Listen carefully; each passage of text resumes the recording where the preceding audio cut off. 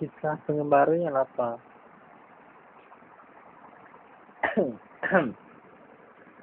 Disebutlah kisah tiga orang sahabat. Tiba.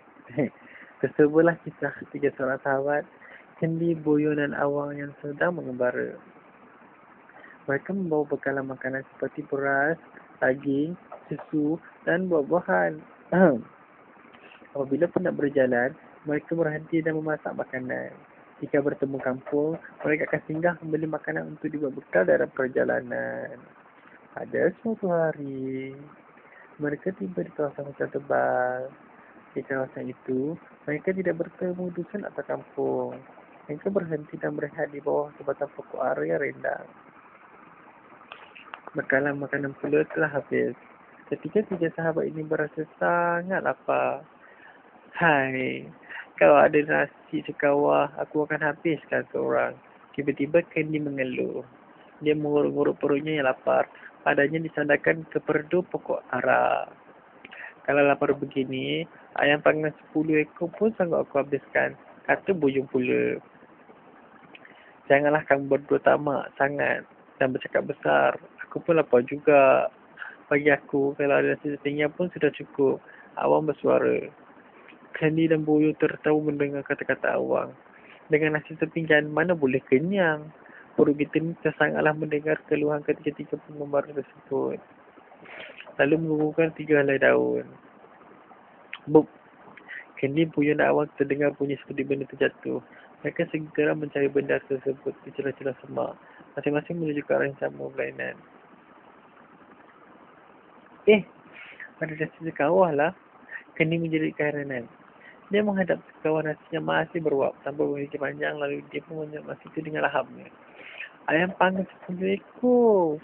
Wah, sedapnya. Tiba-tiba Buyung pula melaung dari arah timur. Serta-merta meleleh air liurnya.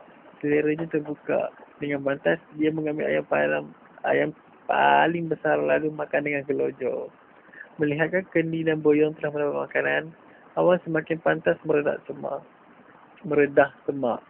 Ketika Awang menyelak daun ke lembak, dia ternampak setengah nasi berlauk yang terhidang. Awang tersenyum dan mengucapkan syukur kerana mendapat rezeki. Dia makan dengan tenang. Selepas makan, Awang berasa segar.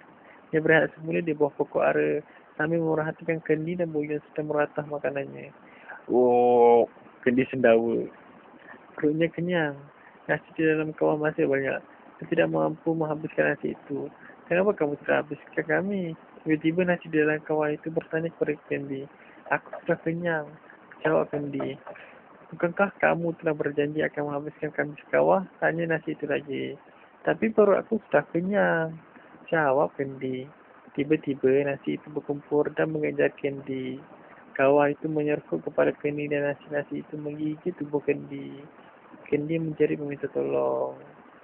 Boyong juga kekenyangan. Dia cuma dapat habiskan seekor ayam saja. 6 ekor ayam lagi terbiar di tempat panggang. Oleh kerana terlalu banyak makan, dekatnya berasa loya. Melihat baki-baki ayam yang panggang itu, dia berasa muak dan hendak muntah. Boyong segera mencampakkan ayam-ayam itu ke dalam semak. Kenapa kamu tidak habiskan kami? Tiba-tiba tanya ayam-ayam panggang itu. Aku sudah kenyang, kata Boyo. Makan seekor pun perut aku sudah muak, katanya lagi. Tiba-tiba muncul 9 ekor ayam datang dari celah-celah semak itu. Mereka meluru ke arah Boyo. Ayam-ayam itu mematu dan menggelitik tubuh Boyo. Boyo melompat-lompat sambil meminta tolong. Awang bagaikan bermimpi melihat gelagat rakan-rakannya. Kendi terpekik dan terlolong. Boyong pula melompat-lompat dan berguling di atas tanah. Awang tidak dapat berbuat apa-apa. Dia seperti terpukau melihat kejadian itu. Akhirnya, Kendi dan Boyong mati. Tinggallah Awang seorang diri. Dia meneruskan perjalanannya. Sebelum berangkat, Awang mengambil nasi yang telah bersih. Nasi pun tidak berbaki dalam pinggan itu. Pengabdinya ini akan mengingatkan aku supaya jangan sombong dan tamak.